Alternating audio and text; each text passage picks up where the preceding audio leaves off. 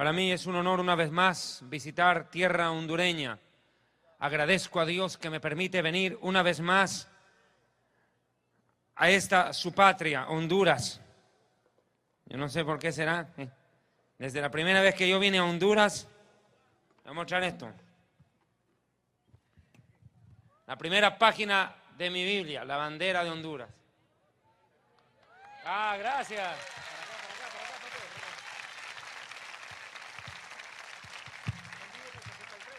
Siempre lo tuve presente. Y hasta mi marcador de Biblia dice Honduras. Como que me quieren. Y gracias. Bien. Amados hermanos, en esta noche voy a traer un mensaje bastante diferente a los que suelo comúnmente presentar.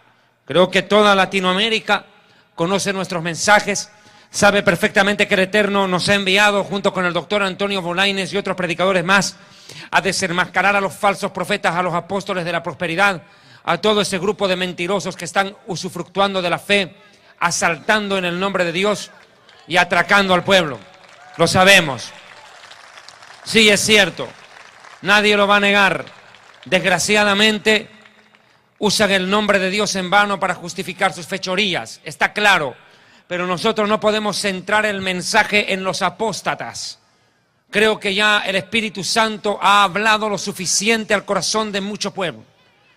Y los ha hecho conscientes que hay una iglesia falsa que se ha levantado en este tiempo, que es la iglesia apóstata, que se identifica con la iglesia de la Odisea del Apocalipsis, los cuales pronto serán vomitados por tibios y entrarán a la tribulación, pero de cabeza.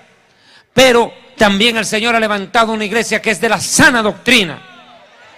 Una iglesia que no se ha doblegado ante la apostasía, ante los falsos maestros y los falsos apóstoles de la prosperidad o de la línea de los encuentristas del G12. No importa, la iglesia de la sana doctrina ha tomado fuerza en los últimos meses. Sí, pero precisamente la iglesia de la sana doctrina hoy en día está conformado en su mayoría por mucha gente que ha escapado de las iglesias apóstatas, pero no tienen fundamento doctrinal. Porque dentro de esas iglesias apóstatas nunca les hablan del arrebatamiento, nunca les hablaron de las diferencias con la segunda venida, nunca les hablaron de un infierno. Es más, hay predicadores apóstatas que dicen que el infierno no existe, como Cash Luna o Maldonado, de los cuales nunca hablan del infierno. Pero esta noche voy a traer un mensaje no tanto de defensa de la sana doctrina. Voy a hacer un mensaje sobre la edificación de una iglesia de sana doctrina, sobre un tema que es importante. Así como hay un plan de redención, hay un plan de condenación para todo aquel rebelde que rechace la palabra de Dios. Jesucristo dijo: quien rechaza mis palabras, rechaza a aquel que me envió. Lo digo claro. Y la palabra de Dios es clara y contundente también al decirnos algo que no podemos pasar por alto. Y tenemos que tenerlo siempre en cuenta. Acompáñeme por favor al libro de Juan capítulo 1. Hablando del Mesías, Juan 1:1. En el principio era el verbo y el verbo era con Dios. Y el verbo era Dios. El verbo es la palabra, el Mesías. Este era en el principio con Dios. Todas las cosas por Él fueron hechas, y sin Él nada de lo que ha sido hecho fue hecho. En Él estaba la vida, y la vida era la luz de los hombres. La luz en las tinieblas resplandece, y las tinieblas no prevalecieron contra ella, contra la luz. Ahora, hermano, esa luz es el Mesías. Pero muchos la rechazan, no la aceptan. Y como dijo Jesús, el que está en la vida está en la luz, a la luz viene. Pero el que está en tinieblas no viene a la luz, para que no salgan a luz sus obras, porque son malas. Y Jesús también fue claro y contundente cuando dijo en su palabra, textualmente: y todo aquel que creyere será salvo, pero el que no creyere ya ha sido condenado. ¿Cómo así? ¿Existe un lugar de condenación? ¿Realmente existe un lugar de tormento más allá de esta vida? Pues hermanos, esta noche hablaré acerca de la veracidad del infierno. La vida después de la muerte es un tema apasionante, es una parte trascendental de la Biblia. Mis amados hermanos, hermanas, amigos, la Biblia nos habla de muchos temas, de todos en sí, pero también nos habla de la muerte y del origen de ella. El inventor de la palabra muerte fue el mismísimo creador e inventor de la vida, Dios. Fue de la boca de Dios mismo donde por primera vez emergió la palabra muerte. Cuando Dios le dijo a nuestros padres, si comieren de este fruto ciertamente morirán. El autor de la palabra muerte fue el creador de la vida. La muerte. Una palabra a la cual pocos le dan importancia, ni siquiera piensan en ella. Y otros le dan demasiada importancia, tanto que le tienen terror. Lo cierto es de que la muerte comenzó su historia aún dentro de la misma Biblia. A veces los niños le hacen preguntas difíciles a los padres. Un niño de 4 años se acercó y le dijo a su padre: papá, ¿y por qué la gente se muere y desde cuándo es que se mueren? A veces pareciera tan fácil pregunta, ¿va? Pero aunque usted no crea, requiere una explicación, una respuesta bíblica y teológica. El hombre muere desde que se rebeló contra Dios, desde que pecó contra Él. La muerte ingresó a la tierra por consecuencia de la desobediencia y la rebelión. Eso lo sabemos todo. La muerte es una parte del estudio de la Biblia. Se llama la tanatología. La tanatología estudia la vida después de la muerte. La palabra tánatos se traduce como muerte, logos, estudio, pero en sí la palabra tánatos tiene más que ver con la palabra desprendimiento, separación, apartar, desprenderse de. La pregunta es, cuando hablamos de la vida después de la muerte y relacionamos con separación, ¿de qué estamos hablando? ¿Separar qué cosa de qué cosa? Pues bien, a la luz de la Biblia, la muerte tiene 2 facetas. La separación de la criatura con su creador produce muerte, porque la paga del pecado es muerte. La consecuencia del pecado es la muerte, la separación espiritual de la criatura con su creador. Y Dios es espíritu. Dios es espíritu. Y si pecamos, quedamos espiritualmente separados de Él. Terrible brecha, abismo que se produce en el momento de la rebelión humana. O sea, la primera acepción de la palabra separación es separar a la criatura de su creador por consecuencia del pecado. Como dice el profeta Isaías, vuestros pecados han hecho ocultar el rostro del Señor para no escucharlos. Vea usted, separación. Tremendo abismo. Pero también la palabra muerte involucra una separación de lo inmaterial abandonando la materia. Lo inmaterial abandona la... ¿Qué quiero decir con esto? La muerte no se produce cuando el corazón deja de latir, cuando los riñones ya no funcionan o cuando se produce un colapso, un infarto cerebral. No. La muerte no se produce ese momento. La muerte se provoca cuando el espíritu y el alma, 2 cosas, espíritu y alma desalojan la materia, el recipiente donde están metidos en este tiempo, llamado cuerpo. La Biblia enseña que Dios creó al hombre tripartito, 3 partes. Primera de Tesalonicenses 5 dice, verso 23, y el mismo Dios de paz os santifique por completo en todo vuestro ser, espíritu, alma y cuerpo.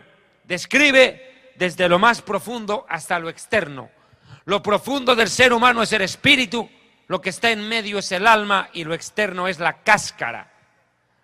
El cuerpo hecho de carne, huesos, tendones, músculos y sangre, piel. Lo cierto es que el alma y el espíritu desalojan el cuerpo en el momento de la muerte.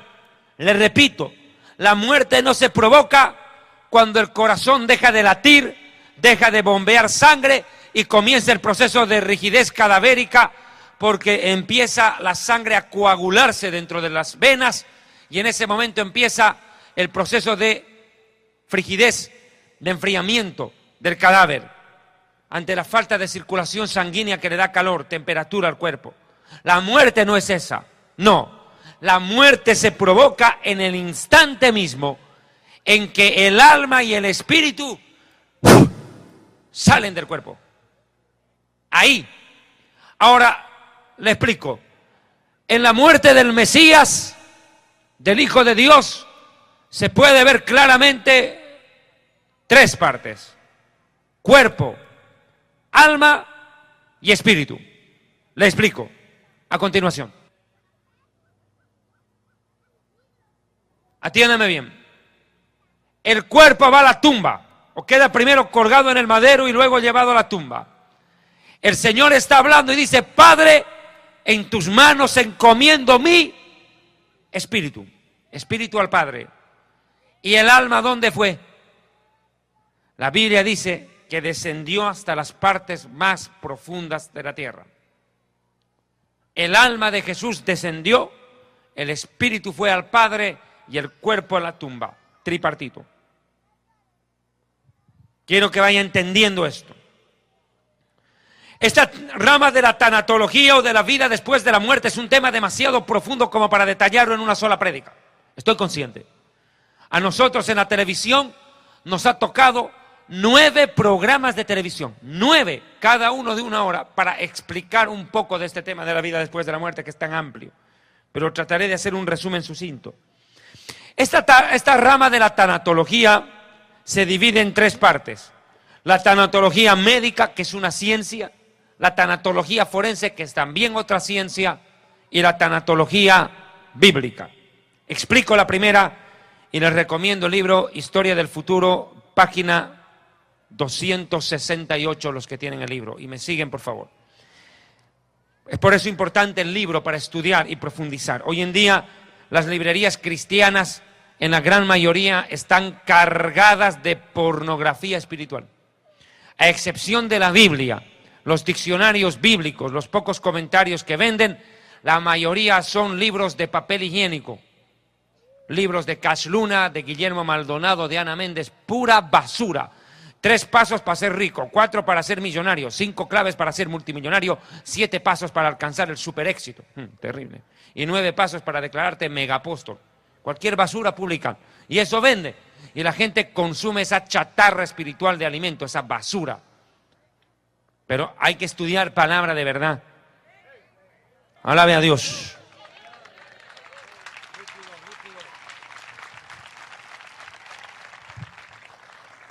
Les decía, amados hermanos, hermanas y distinguidas suegras que también han venido acá. No saludo a las suegras, se ofende ese sindicato. Mire, la tanatología médica es la primera rama que voy a describir. Es preparar a las personas para afrontar la muerte. Esto se aplica en los hospitales, preparando a la persona enferma, desahuciada o moribunda, para asumir la muerte y sus consecuencias. Es más, es concientizar a la propia familia sobre la muerte del ser querido. El tema de la muerte es tan delicado que la familia y la persona moribunda necesitan en especial un trato especial, diferente. ¿Por qué? Cuando muere un hijo, imagínese comunicarle a la mamá, decirle: señora, sus 3 hijos venían en un carro y se estrelló contra un camión y se le murieron los 3 hijos. Hasta luego. Usted no puede transmitir una... La pobre señora es capaz de morir de un infarto al saber que sus hijos se le mueren. La ley de la vida dice que los hijos están para enterrar a los padres, pero cuando los padres tienen que enterrar a los hijos, eso no tiene nombre. Y transmitir una noticia de ese calibre necesita indispensablemente que se lo haga con tacto, preparar a la familia para comunicar la muerte del ser querido, o la imposibilidad de los médicos que con toda la ciencia, la tecnología, no pueden prolongarle la vida al enfermo, al familiar delicado, o decirle en el peor de los casos a una persona: señora, nosotros somos médicos y toda nuestra ciencia es inútil para poderla ayudar. Señora, a usted le quedan solamente unas cuantas horas de vida. ¿Cómo decir eso?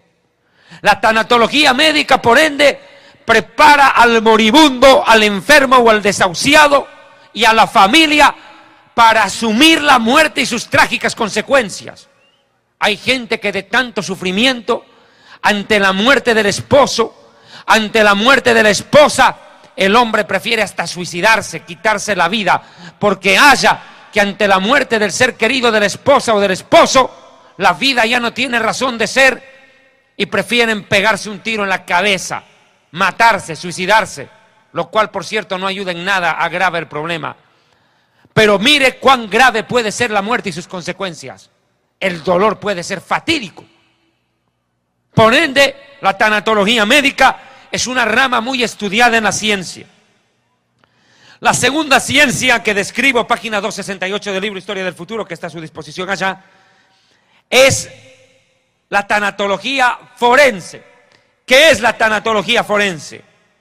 Es el estudio, la determinación por parte de peritos o expertos en medicina legal sobre las razones que llevaron a la muerte, al deceso de determinada persona. Déjeme explicarle esto, como jurista que soy, abogado. Ante la ley, el certificado de defunción tiene una implicancia enorme, porque pone fin a la existencia de la persona. La muerte surte un efecto jurídico legal inmediato, al menos dentro del derecho civil. La muerte de una persona suscita inmediatamente efecto jurídico, porque se tiene que proceder ante la muerte del padre de familia, ante la muerte de la madre o de los dos progenitores. Inmediatamente se abre un capítulo dentro del derecho sucesorio, la herencia. Se mueren los papás en un accidente y los bienes tienen que pasar jurídicamente a manos de los hijos como herencia de la familia. Surte un efecto legal. El certificado de defunción no solo pone fin a la existencia de la persona, sino que suscita un efecto legal entre los herederos. Por eso la ley exige un dictamen escrito del médico forense que explique las consecuencias que provocaron la muerte, el deceso de tal persona. Porque inclusive puede ser que la suegra le haya echado cianuro al sancocho del yerno y lo mató. ¿Quién sabe? Ahí hubo un homicidio. Tiene que surtir un efecto legal. Y la ley necesita imperiosamente, muito obrigado para você, para de sufrir. Un poquito de agüita. Les decía, surte un efecto, porque puede haber un homicidio, un asesinato, un homicidio culposo. La ley tiene que determinar la causa de la muerte de la persona y si hubo un crimen, hacer pagar a quien lo cometió. Y la medicina forense, a través de los médicos legistas, tiene que hacer un estudio. Y ese estudio se llama autopsia. Cuando al cadáver se lo abre y se lo revisa por dentro para ver qué fue lo que le provocó la muerte. Si fue una muerte natural o una muerte provocada. Es lo que se llama el mortis causa o la causa de la muerte.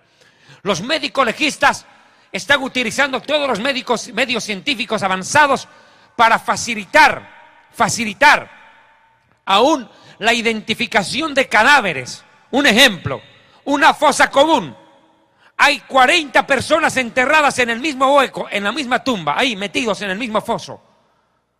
Y la gente quiere saber si su familiar es el que está enterrado ahí dentro. Han pasado 30 años, solamente hay huesos. ¿Qué toca hacer?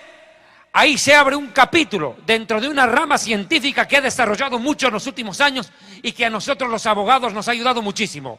La deontología forense. ¿Por qué? porque los dientes pueden ayudar a determinar aún a quién pertenecen los huesos.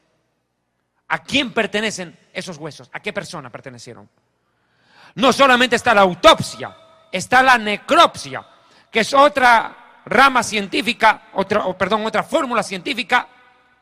Cuando se ha hecho la autopsia y no hay conformidad de parte del juez, dice esta muerte es rara, y lo que dice el médico forense en autopsia no me convence demasiado. El cadáver ya lleva 4 semanas de enterrado y dice desentierren el cadáver. El juez ordena desenterrar el cadáver, exhumar el cadáver y una nueva autopsia al cadáver, desenterrándole. Esto se llama necropsia. Es un segundo estudio sobre el cadáver para verificar una vez más cuáles fueron las causas de la muerte de esa persona. Vean que la tanatología forense cumple una función preponderante. Involucra la balística, la deontología, la autopsia, la necropsia y todas las ramas que la ciencia está facilitando con su desarrollo para determinar la muerte de una persona. Es más, simplemente este dato, aunque no viene al caso, porque ahorita no estoy dando una clase de derecho civil, pero estoy explicando algo que le puede servir. Por ejemplo, el marido abandona a la mujer, no aparece por 5 años, nadie sabe dónde está. Y la madre, con los 3 muchachos, no sabe qué hacer, no sabe nada del marido. Creen que se murió, pero no estaba muerto, andaba de parranda, ahí andaba. Estaba ahí, mijo, dando vueltas, revoloteando ahí con una vieja por allá. Vea, andaba con una vieja en bikini en la playa. No estaba muerto. Y como dicen, el muerto a la tumba y el vivo a la rumba. Ahí anda. Lo cierto, y que el diablo huya. Aleluya, dice que el diablo huya, dice. Y que el marido huya cuando molesta, dice. Pues vea, la desaparición de una persona por un tiempo prolongado debe determinarse la muerte presunta. Se presume, y eso no es que uno presume, es el juez el que dictamina.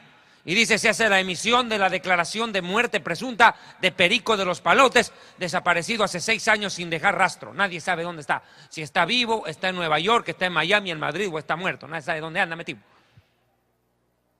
O sea, se hace la declaración de muerte presunta, lo cual beneficia a la mujer y a los hijos para que reciba por herencia los bienes. Vea, o sea que mire, la medicina forense y todas estas ciencias jurídicas son claves para este tema. Pero voy a explicar ahora sí la tercera rama de la tanatología. Sigo en la página 268 del libro. La tanatología bíblica. ¿Qué dice la Biblia de la muerte? Ese es el punto.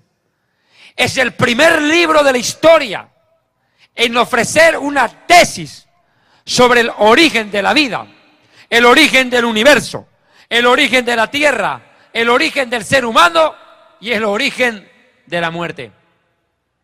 La Biblia en el libro del Génesis hace un compendio en los primeros capítulos y explica el origen de todo, origen del universo.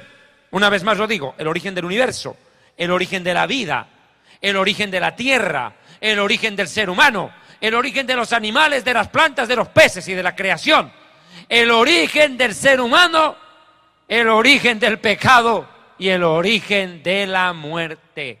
Por eso la Biblia es el libro de los libros. ¿Cuántos alaban a Dios? Adore a Dios.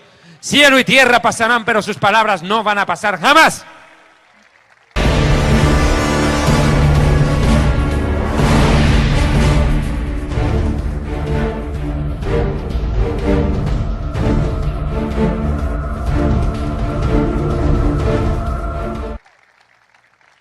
Dios es el primer ser en el universo. El creador de la vida fue el inventor de la palabra muerte, como lo he dicho. Génesis 2, 16, 17. Y mandó Adonai Dios al hombre diciendo: de todo árbol del huerto podrás comer, mas del árbol de la ciencia de lo bueno y de lo malo no comerás, porque el día que de él comieres, ciertamente vas a morir. Bueno, ¿y qué pasó con el ser humano? instigado por la serpiente, comió. Génesis 3, 4, 5. Entonces la serpiente le dijo a la mujer: no vas a morir, come nomás, porque Dios sabe que el día que comas, se te van a abrir los sentidos, se te van a abrir los ojos, y te vas a convertir, serás Dios, serás como Dios, de igual a Dios, y vas a conocer lo bueno y lo malo. No está tan mal la situación, les. Prueba nomás. Lo que Dios no quiere es competencia. Dios te ha prohibido que comas porque sabe que si comes te vuelves como Él y le haces la competencia. Dios por envidioso no te deja comer. Come nomás, no le hagas caso a Dios. Sí, vas a conocer el bien y el mal, pero si lo conoces vas a ser como Él. Por eso es que no quiere que comas. Dios por envidioso no te quiere dar, porque Él nomás quiere ser el jefe. Entonces, ¿qué hace Eva? Cae. Javá en hebreo. Javá, Eva come y luego le da al marido. Y arrastra la muerte espiritual a la humanidad entera. O sea, la muerte entra por medio de la mujer. Ahora, Génesis 5, 5. Y fueron todos los días que Adán vivió 930 años y murió. 930 años y murió. Aquí viene la pregunta. Dios le dijo: el día que comas de este árbol ciertamente morirás. ¿Y cómo así que no murió? Todavía llegó a vivir a los 930 años. ¿Qué pasó? ¿Por qué no se murió? Ahí está lo que les decía en un momento anterior. La muerte espiritual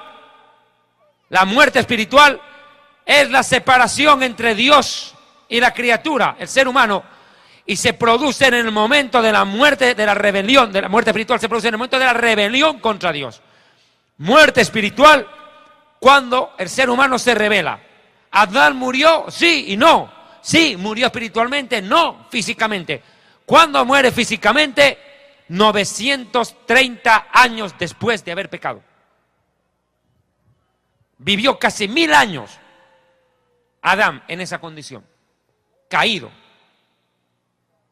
Por eso dice la palabra: por tanto, como el pecado entró en el mundo por un hombre, Adán, por el pecado la muerte, así la muerte pasó a todos los humanos por cuanto todos pecaron. Pero bueno, ahora aquí viene el proceso de la redención y todo ello. Mire, página 269. Si el ser humano fue creado espíritu, alma y cuerpo, se entiende que al producirse la muerte tiene que surtir efectos sobre las tres partes: el espíritu, el alma y el cuerpo. ¿Cómo demostramos nosotros que el alma y el espíritu desalojan el cuerpo cuando se produce la muerte? Pues vamos a la bendita, eterna palabra de Dios. Santiago 2:26, en el libro, página 269, ahí lo tiene a mano, porque hay unos hermanos que no pueden encontrar ni el libro de Géminis en la Biblia. Sí, una vez le preguntaron a una hermana: hermana, ¿cuál es el primer libro de la Biblia? Géminis, dijo. Estaba pensando en su horóscopo. Hermana suegra, ¿qué son las epístolas? Las esposas de los apóstoles, dijo. Terrible. A otro más analfabeto bíblico le dijeron cómo se llama el segundo libro de la Biblia. Séxodo, dijo. Terrible. Atroz, qué ignorancia. Por eso, para que quieran, el versículo está ahí a mano, para que sigan nomás la lectura. Santiago 2:26. La muerte es la separación del espíritu y el alma desalojando el cuerpo. Santiago 2:26 dice: porque como el cuerpo sin espíritu está muerto, así la fe sin obras también está muerta. Vea que el cuerpo sin espíritu está muerto. La muerte se produce cuando el espíritu desalojó el cuerpo. Jesús está muriendo en la cruz. Entregó el espíritu, murió. El espíritu salió. Padre, en tus manos encomiendo, dijo, mi espíritu. Ahora aquí acontece un milagro. No solo, yo a veces, pastores, me sorprendo, predicamos mucho sobre el milagro del nacimiento del Mesías. Pero aunque usted no crea, aún la muerte del Mesías fue un milagro raro, extraordinario. ¿Por qué? Cuando una persona está falleciendo, ¿cuál es su condición? No puede ni hablar. No se le escucha lo que habla. Pero Jesús, escuche, la muerte no lo mató, si quiere que le diga más claro. La muerte no mató al Mesías, Él puso la vida. Porque el rato de morir clamó. ¿Cuándo escuchaba usted a un muerto gritar de esa manera? ¡Padre! ¡Eli! ¡Eli! ¡Lama sabactani! Gritó. Después de cuántas horas de agonía. Gritó y todos lo escucharon. Como dijo Jesús, a mí nadie me quita la vida, dijo Jesús. Yo la pongo y la vuelvo a poner. ¿Cuántos alaban? A Dios.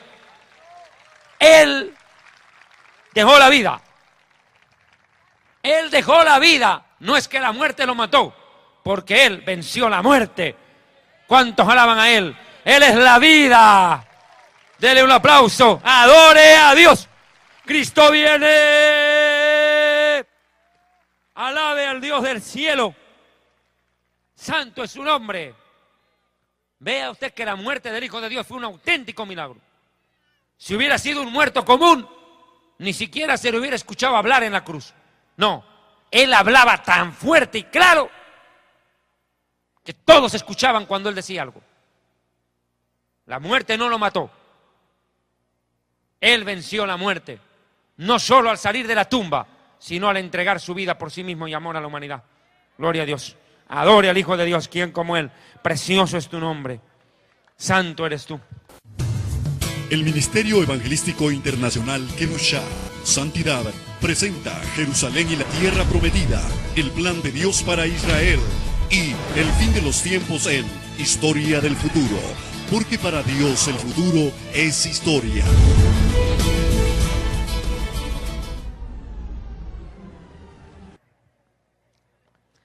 Ahora, no solo es el espíritu que desaloja el cuerpo. No, es el alma también. El alma desaloja el cuerpo.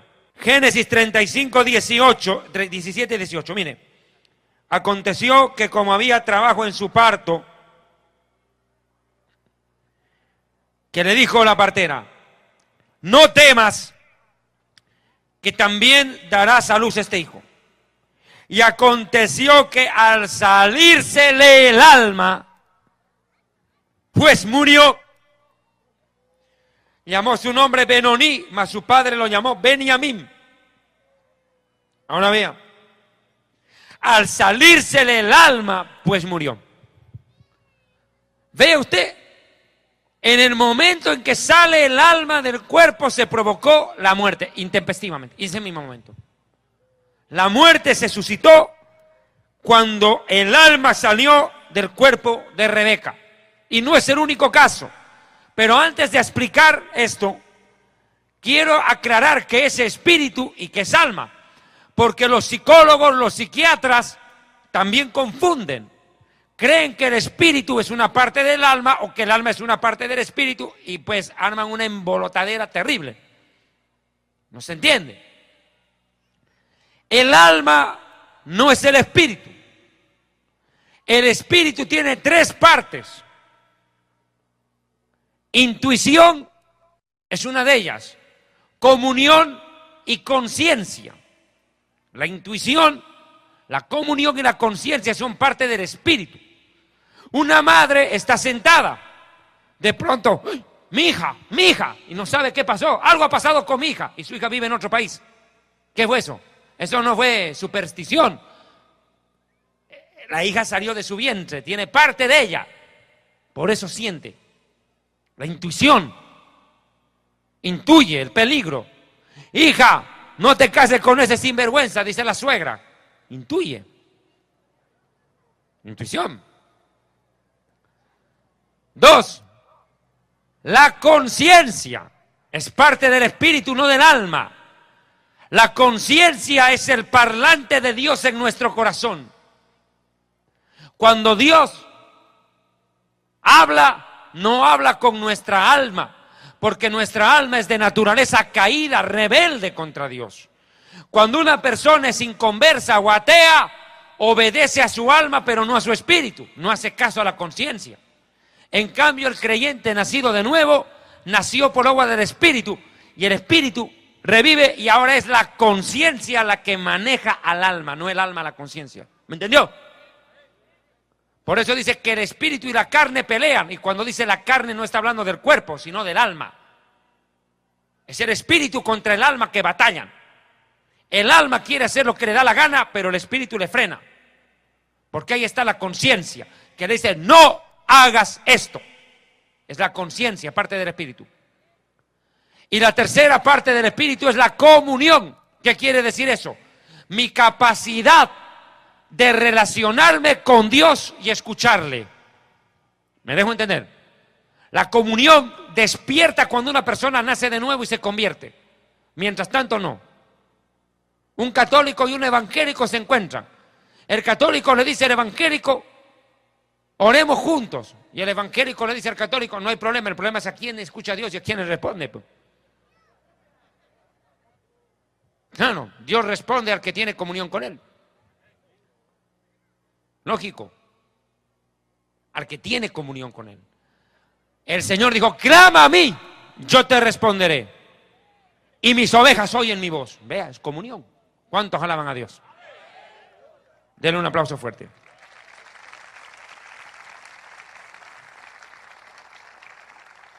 Y aquí aprovecho de hacer una aclaración. En el alma, sin embargo, hay otra cosa. El alma es totalmente diferente. En el alma están tus pensamientos, tus sentimientos, tus emociones, tu capacidad de decidir, tu capacidad de crear cosas, tu capacidad de hablar o de expresarte, tu capacidad de gobernar. De eso voy a hablar ahorita. Es parte del alma. No es lo mismo que el espíritu. Ahora quiero puntualizar un detalle, si me lo permiten, en este minuto. Muchas personas siempre han tenido la imagen que cuando yo voy a predicar a algún país, a alguna ciudad, es netamente a desenmascarar a falsos profetas, falsos predicadores. No siempre es eso. Creo que tiene que dejarles claro una cosa, hermano. Nosotros somos predicadores que no solamente estamos para defender la sana doctrina ante estos ladrones, estafadores, mareros de la maratónica. No solo eso. Ante estos que se llevan el dinero mal donado a Miami, robando el money al cash y dejando en la luna a la gente. A través de un enlace con el infierno y de la maratónica. No es solo eso. Nosotros tenemos autoridad de parte del Señor, no solo, escúcheme bien, en el sentido en el cual tenemos que defender la sana doctrina. Es un deber hacerlo. Pero escúcheme esto. ¿Por qué Dios da autoridad a un predicador para luchar contra la falsa doctrina? Porque el predicador no sea capaz solamente de reprender al apóstata y a la falsa doctrina, sino de enseñar la palabra y la verdad. Nosotros los predicadores de la sana doctrina no solamente estamos para exhortar, reprender a los falsos predicadores y a la gente que los sigue. No, también estamos para edificar a la iglesia con mensajes como estos y consolar. Si ustedes piensan que solo David Diamond se para en un púlpito para denunciar a estos herejes, está equivocado. Esa es una parte del mensaje, una parte, pero no la principal. Importante sí, pero no la principal. Nosotros hemos sacado programas en la televisión y en el internet donde hemos hablado del arrebatamiento, los sellos, las copas, las trompetas, todo lo que está en este libro, muchos temas de la profecía bíblica donde no hemos denunciado herejes.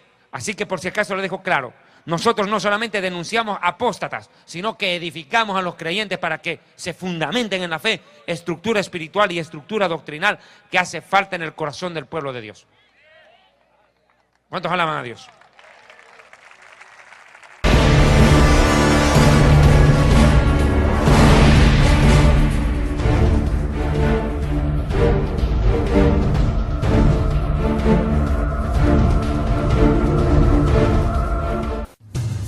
El Ministerio Evangelístico Internacional Kedushá, Santidad, presenta Jerusalén y la Tierra Prometida, el plan de Dios para Israel y el fin de los tiempos en Historia del Futuro, porque para Dios el futuro es historia.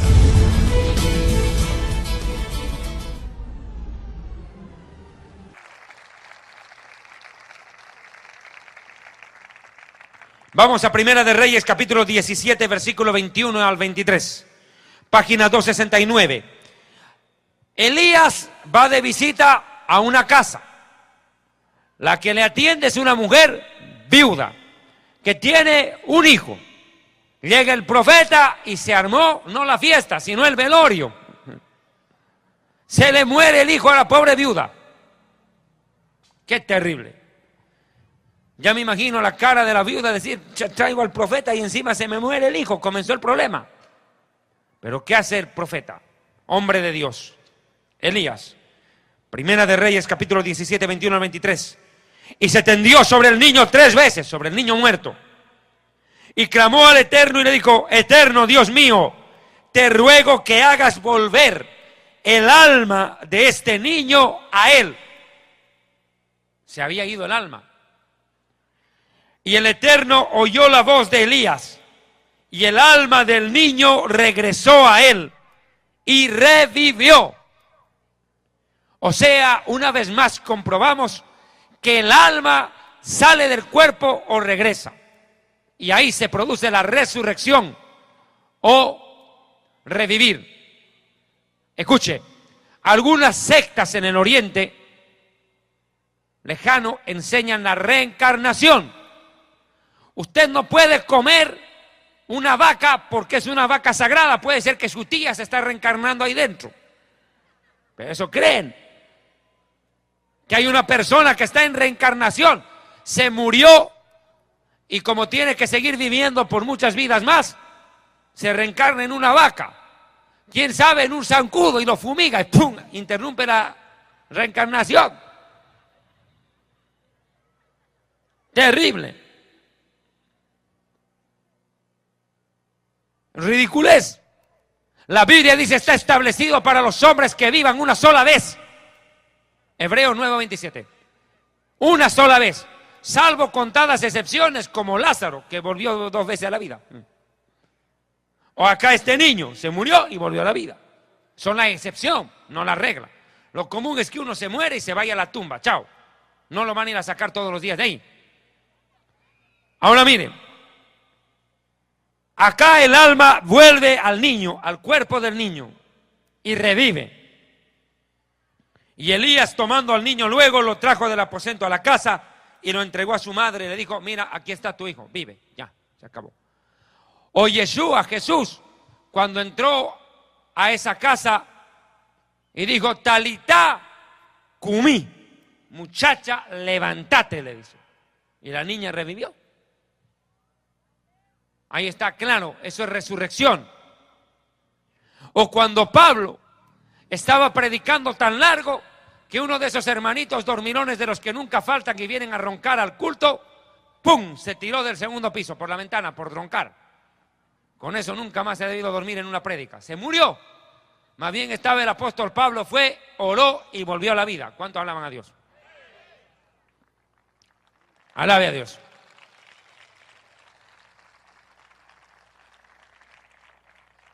Ahora ve ahí claramente de que el alma sale del cuerpo.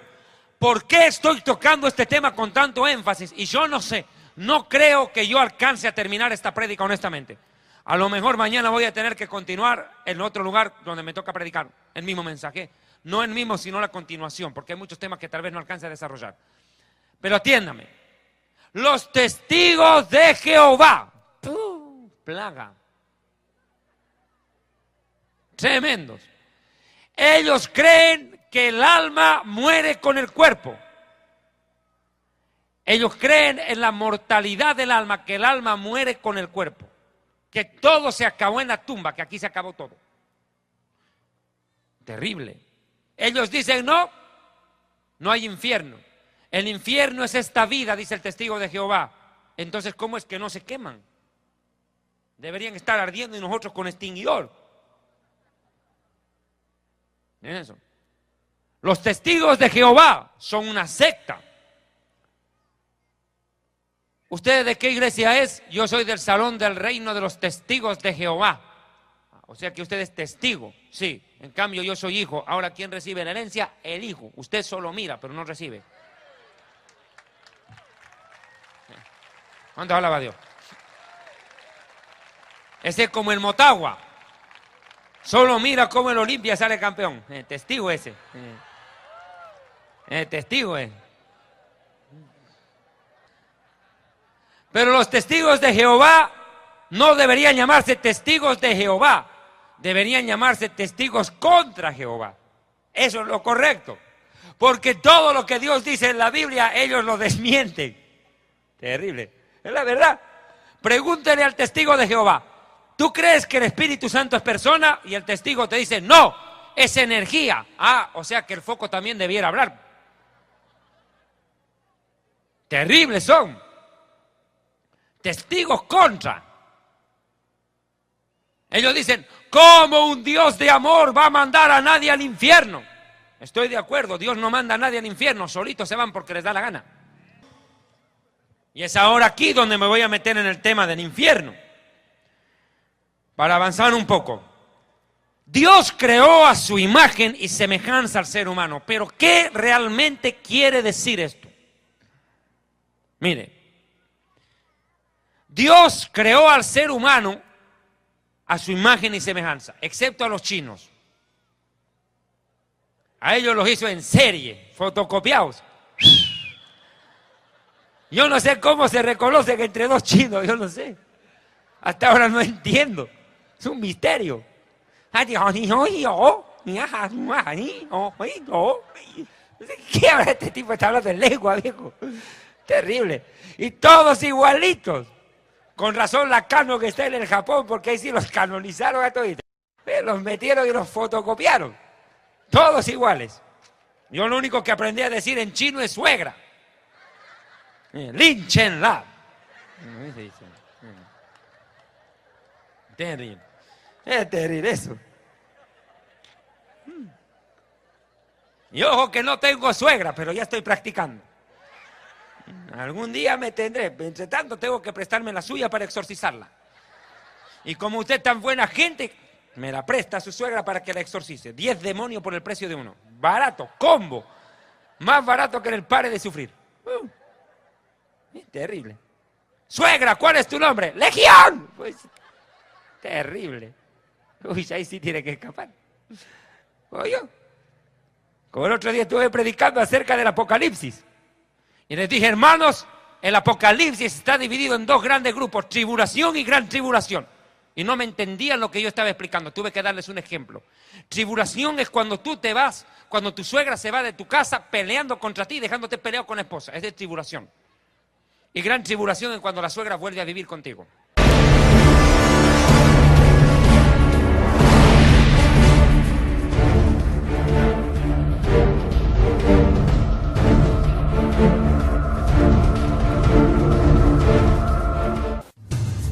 El Ministerio Evangelístico Internacional Kedushá, Santidad, presenta Jerusalén y la Tierra Prometida, el plan de Dios para Israel y el fin de los tiempos en Historia del Futuro, porque para Dios el futuro es historia.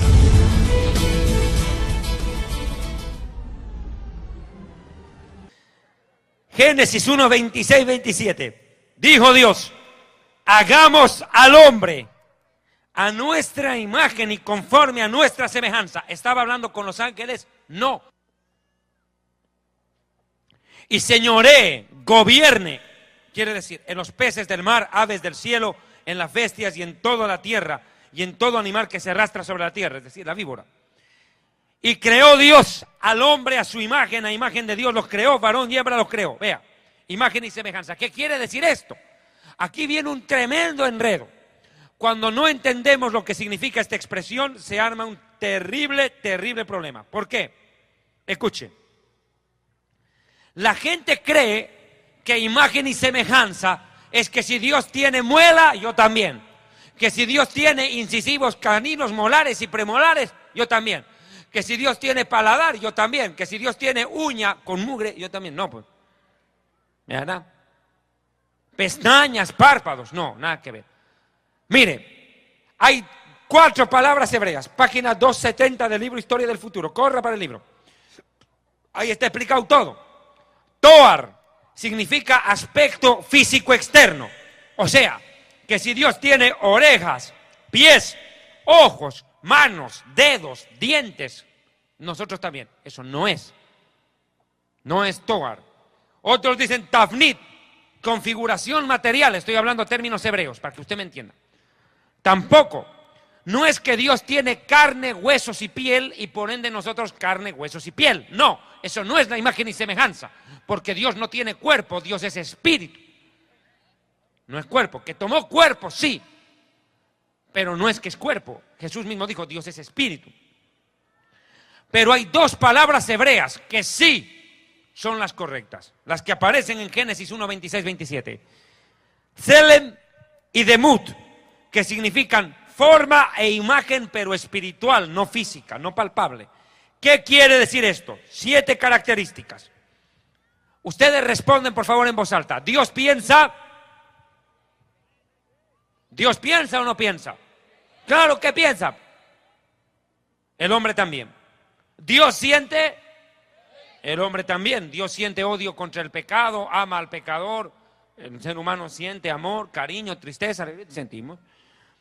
Dios decide. El hombre también tiene capacidad de decisión. Dios puede crear.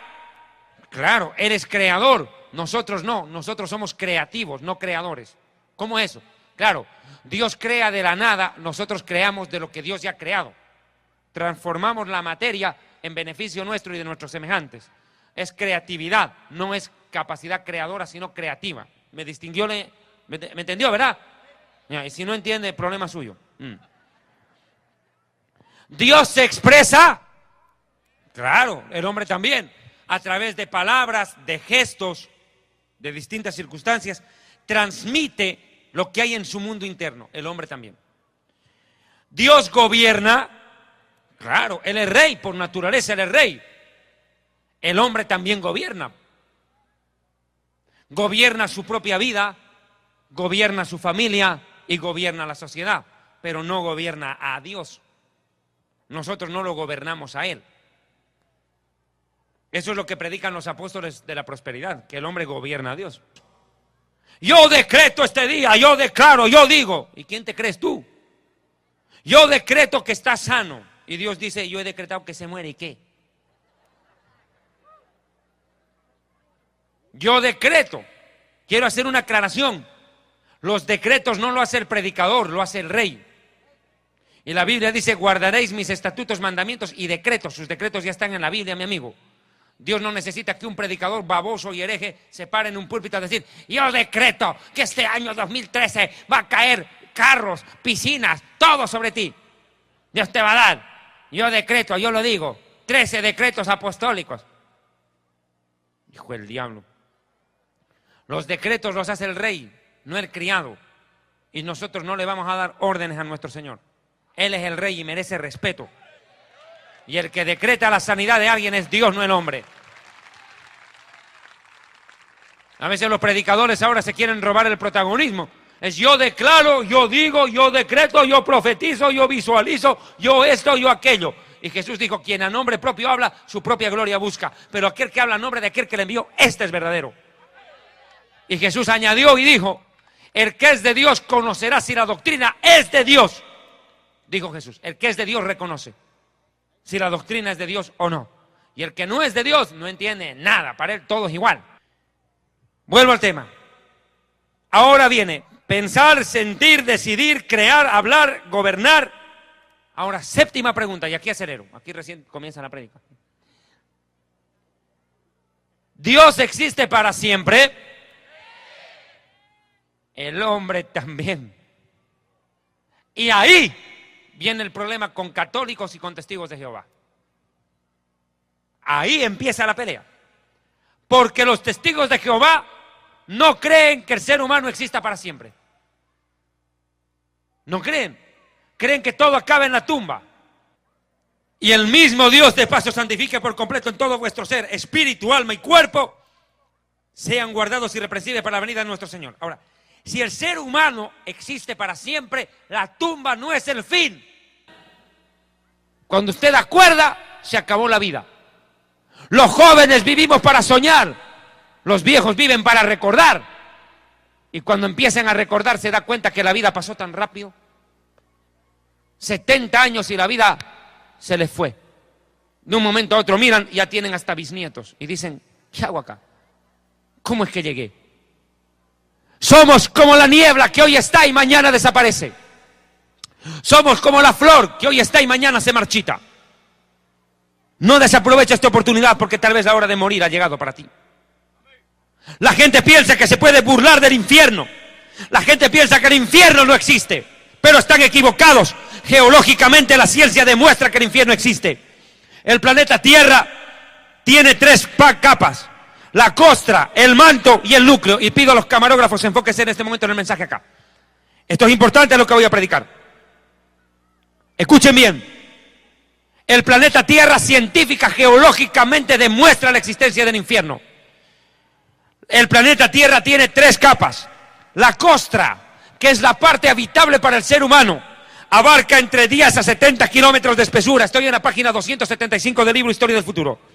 El manto, que es la parte interna de la Tierra, la parte media, se divide en manto inferior y manto superior. Se compone de silicios y silicatos. La profundidad del manto de la Tierra abarca los 3.000 kilómetros para abajo. 3.000.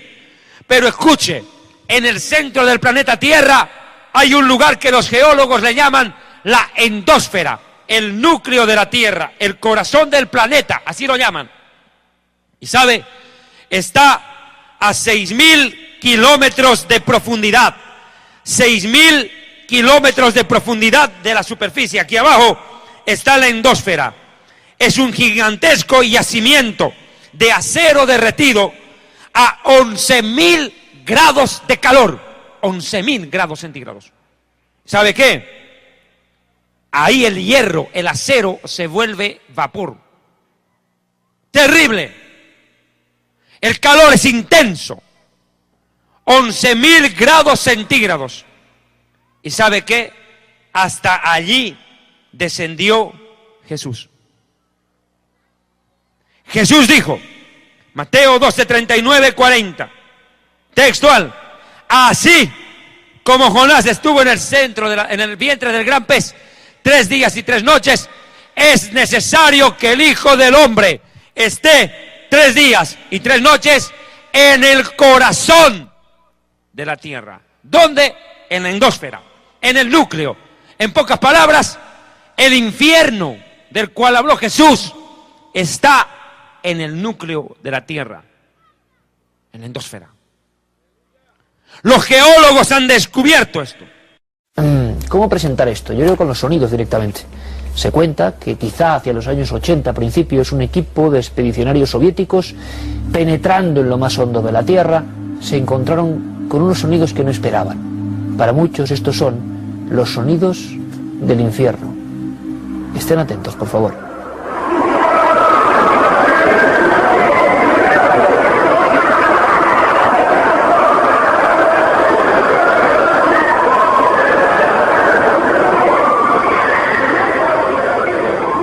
Estos son los sonidos del infierno, por lo menos es lo que se ha publicado. Que un grupo de investigadores en una zona inhóspita de Siberia penetró con sus perforadoras y, según declaraciones de un tal doctor Azakov, y esto se publicó en Medio Mundo, a unos 14,4 kilómetros, estoy dando los datos concretos, repito, que se hicieron públicos en su momento. Esto se ha convertido, la historia de ese equipo de investigadores en Siberia, en la época, digámoslo así, del muro de Berlín, en algo absolutamente legendario. Para la inmensa mayoría de personas, mito del área de Internet. Ni hubo equipo, ni existe ese pozo tan profundo, evidentemente, y mucho menos se grabó. Y claro, yo sabía que un buen amigo de este programa, el jefe de Ciencia y Tecnología del diario ABC, José Manuel Nieves, sabía más cosas. Cosas increíbles, que les van a sorprender. José Manuel, como siempre, buenas noches. Buenas noches, Iker. Esta historia, lo hablamos tú y yo muchas veces, ¿verdad? Es difícil de superar en cuanto a todo el componente cinematográfico, sí, casi que tiene, ¿verdad? Parece un guión hecho, es profeso para ser llevado al cine o algo así, sí. Y un guión que yo creo, José Manuel, que además tuvo mucho impacto y lo sigue teniendo. Porque para mucha gente, y esto es lo importante, esos sonidos que ahora vamos a analizar se convirtieron en una causa de fe. Sí, sí, absolutamente. Lo que pasa es que, como pasa con todas las cosas, ten en cuenta que estos sonidos fueron grabados hace casi 40 años. El experimento científico o el trabajo científico al que hacías referencia es real. Claro, esa es la primera, que yo creo que ya me quedé aquí diciendo, ¿cómo, José Manuel, que no es leyenda urbana, que no se han inventado unos tipos? No. No, lo que es real y forma parte de un proyecto ambiciosísimo que se hizo en la antigua Unión Soviética. Sabes que los soviéticos se caracterizaban por hacer proyectos majestuosos, muy grandes, y desviaban ríos y colocaban, ahora este lago me lo llevo a otro lado. Bueno, pues uno de estos grandísimos proyectos de la Unión Soviética querían perforar la corteza terrestre. ¿Con qué objetivo? Ni más ni menos. Pues para hacer estudios geológicos, querían llegar concretamente. La corteza terrestre es una capa muy delgadita, pero que tiene entre 35 y 70 kilómetros de espesor según las zonas del mundo, ¿no? Entonces, en la península de Kola, en Siberia, el espesor de la corteza es de 35 kilómetros. Entonces ellos querían perforarla completamente para llegar hasta el manto terrestre. Es una zona de transición entre donde se acaba la corteza y empieza el manto, que se llama Mojo. Es un diminutivo de la zona de Mohorovicic, que se llama Mojo. No lo consiguieron porque se encontraron con dificultades técnicas a bastante menos profundidad de 35 kilómetros, ¿no? A 12 kilómetros y 300 metros, una cosa así, tuvieron que dejarlo. Pero una cosa, José Manuel, que esto es muy importante, y Dime. me gustaría más que viéramos alguna imagen. Este lugar existe y este proyecto es real, y esto pasó de verdad. Ahora vamos a ver qué son las voces. Esto es lo que estabas hablando, el pozo de Kola. Claro, exactamente. No solo existe, sino que es un proyecto científico, un proyecto geológico que duró más de 20 años. Es decir, duró desde el 24 de mayo de 1970, que fue cuando se empezó a perforar, y se fue cerrado completamente, o sea, clausurado el proyecto en el año 92. Pero se dejó de perforar un par de años antes, en el 89. Y ya te digo, a la profundidad que antes hemos dicho, ¿no? A 12.260 Es una barbaridad, es mucho más del Everest hacia abajo, ¿no? Claro, no, de hecho, es la mayor perforación que se ha hecho hasta día de hoy. Es decir, aunque hayan pasado 40 años, no se ha conseguido llegar más abajo, perforando. Y tenemos las perforadoras, me gustaría que viéramos algún detalle de esos gigantescos taladros. Entonces la historia es que este equipo existe, al parecer alguien es indiscreto en aquella época. La historia, creía mucha gente que era del año 90, 91, se hace pública en internet en el 95. Eso es una perforadora, claro. Efectivamente. ¿Esto qué es? Esto es un taladro, esto es una broca con una serie de taladros con puntas de diamante que se utilizan para perforar las rocas. Son parecidas a las tuneladoras que hacen los túneles del metro, ¿no? Lo que pasa es que esto es hacia abajo. Y claro, imagínate bajar eso más de 12 kilómetros. Perforando continuamente, ¿no? Grabaciones geológicas son bastante comunes, se hacen muchas veces. De hecho, hay grupos en Japón y grupos en Estados Unidos que utilizan las grabaciones para, digamos, escuchar el sonido de las placas tectónicas, ¿sabes?, sobre las que están los continentes, porque toda la corteza terrestre está rota en distintas placas que se mueven e interaccionan entre sí. Es decir, se chocan, se rozan, y genera un sonido, se superponen, claro. Entonces, esos sonidos es lo que están intentando es ser capaces, a partir del sonido, de predecir los terremotos. Luego está el tema de por qué se pararon las excavaciones, las perforaciones. Entonces, hay dos versiones. La versión científica y técnica, que es la que yo puedo aportar. La cuestión es que se encontraron con casi el doble de la temperatura que ellos pensaban encontrarse a esas profundidades, y los instrumentos sencillamente no aguantaban. Claro. Entonces hubo un momento que intentaron lo que pudieron y tuvieron que suspender porque no les aguantaban los instrumentos, tuvieron que parar, y pararon a esa profundidad. Y luego surge la leyenda, ¿no? Y luego está la leyenda. Entonces, según la leyenda, que además fue difundida por algunos de los geólogos, como este doctor que tú citabas antes, dijeron que no, que el motivo no había sido ese, que no había sido un motivo técnico, y no es más que el proyecto original de la Unión Soviética no era perforar la corteza terrestre, como de hecho era, sino buscar el infierno, o sea, encontrar una prueba imagínate los soviéticos buscando el infierno. Bueno, pues se llegó a decir incluso eso, ¿no? Y que no solamente lo habían intentado, sino que lo habían conseguido.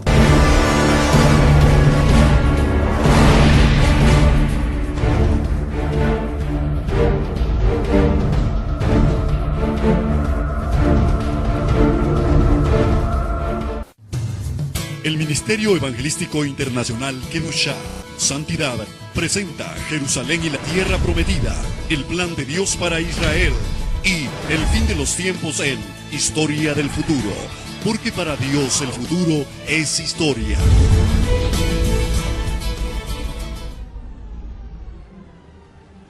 Donde los científicos españoles hablan y demuestran la creencia en la existencia del infierno y son ateos y dicen que existe. Mi amigo, la gente piensa que el infierno no existe. Sin embargo, la Biblia dice que el centro de la tierra está lleno de fuego. Job 28:5. De la tierra nace el pan y por dentro está convertida como en fuego. Job 26:5-7. Las sombras tiemblan en lo profundo de los mares y todo cuanto en ellos mora. El Seol está descubierto ante él, el infierno. Mire, textual. Y otra versión, otro manuscrito en arameo dice: las sombras tiemblan aterradas en lo profundo de los mares. Imagínese usted. ¿De qué está hablando? Del infierno. Mire, la Biblia dice en Proverbios 15:24: el camino de la vida es hacia arriba para el entendido, para apartarse del Seol, el infierno que está abajo. Y la Biblia dice también en Job, escuche, que todos los días el infierno arrebata a los pecadores. Así como el cielo arrebatará a los santos el día que Jesucristo haga sonar la trompeta con voz de mando, voz de arcángel y trompeta de Dios, y los muertos en Cristo resucitarán primero, luego nosotros los que vivimos, los que hayamos quedado, seremos arrebatados juntamente con ellos en las nubes para recibir al Señor en el aire, y así estaremos por siempre con el Señor. Por tanto, aliéntense los unos a los otros con estas palabras. Mi amigo, así como el cielo a los santos, el infierno todos los días arrebata a los rebeldes y se los traga, como se lo tragó a Coré, entró vivo al infierno. Mi amigo, la gente que no cree en el infierno, no hay problema, no te haga problema. Si tú no crees en el infierno, tranquilo, no te compliques, vas a creer cuando ya estés ahí dentro. No te compliques, porque en el infierno no hay incrédulos, todos creen, pero ya es tarde. Aún el diablo cree y tiembla. El infierno existe, está en el corazón de la tierra, de acuerdo a Mateo 12:40. Es más, es un lugar de tormento. La gente dice que el infierno no existe, y le voy a decir 7 cosas claves que están en mi libro Historia del Futuro, se las recomiendo. ¿Qué pasaría si el infierno no existe? ¿Qué pasaría si el infierno no existe? Primero, que Dios sería el más grande mentiroso de la historia al haber amenazado a los rebeldes con un castigo que no se puede cumplir. Dios habla del infierno, y si no hay infierno, Dios miente. Mas sea Dios veraz y todo hombre mentiroso. Sea Dios veraz. 2. Si no hay infierno, usted no puede confiar en Dios. Dios no merece confianza porque no puede hacer justicia. ¿Dónde quedaría entonces el premio al que hace lo bueno y el castigo al perverso? ¿Cuánta gente comete delitos, maldades, paga y corrompe a la policía, corrompe a los jueces, escapa de la justicia humana, se muere y todavía Dios le dice: bienvenido al cielo? ¿Cómo usted podría confiar en la justicia de Dios si Dios sería un alcahuete del pecado y del pecador? Mi amigo, si no hay infierno, Dios no puede castigar al que hace lo malvado. Aquel que aquí en la vida terrenal ha hecho tanta maldad y nunca pagó por ella, y que todavía Dios lo premie, que lo deje impune. 3. Mas antes digo, Dios es juez justo, Él reina sobre la tierra. ¿Cuántos alaban a Dios? Él prueba la mente y el corazón para dar a cada uno conforme a sus obras en esta vida y en el más allá, si no se arrepiente. 3. Si el infierno no existe, puede tirar su Biblia a la basura, porque en pocas palabras la Biblia sería una fábula, un cuento, una comedia, una tragicomedia, un drama, menos la palabra de Dios. Porque la Biblia, en más de 2000 oportunidades, habla del infierno y también de otro lugar llamado el lago de fuego. 4. Si no hay infierno, ¿qué problema? Jesús habló más del infierno y del lago de fuego que del mismo cielo. Y si no hay infierno, ¿de qué habló Jesús? Mintió. 5, perdón.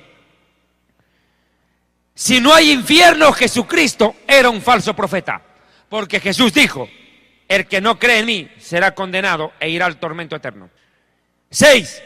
Si no hay infierno ni lago de fuego, mi amigo, si no hay infierno, ¿para qué murió Jesús? ¿Para qué? Si no hay de qué salvarnos.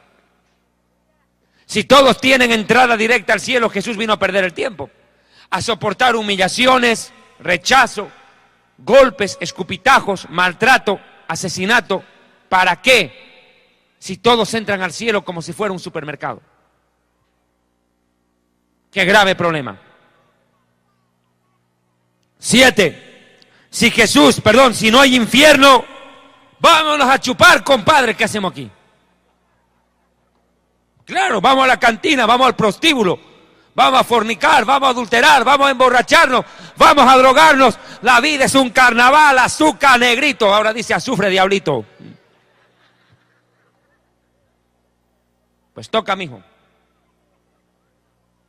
Claro, si no hay infierno, ¿qué sentido tiene orar, ayunar, buscar el rostro de Dios, obedecer a Dios y su palabra, tratar de vivir en santidad, apegado a la voluntad perfecta de Dios? ¿Para qué?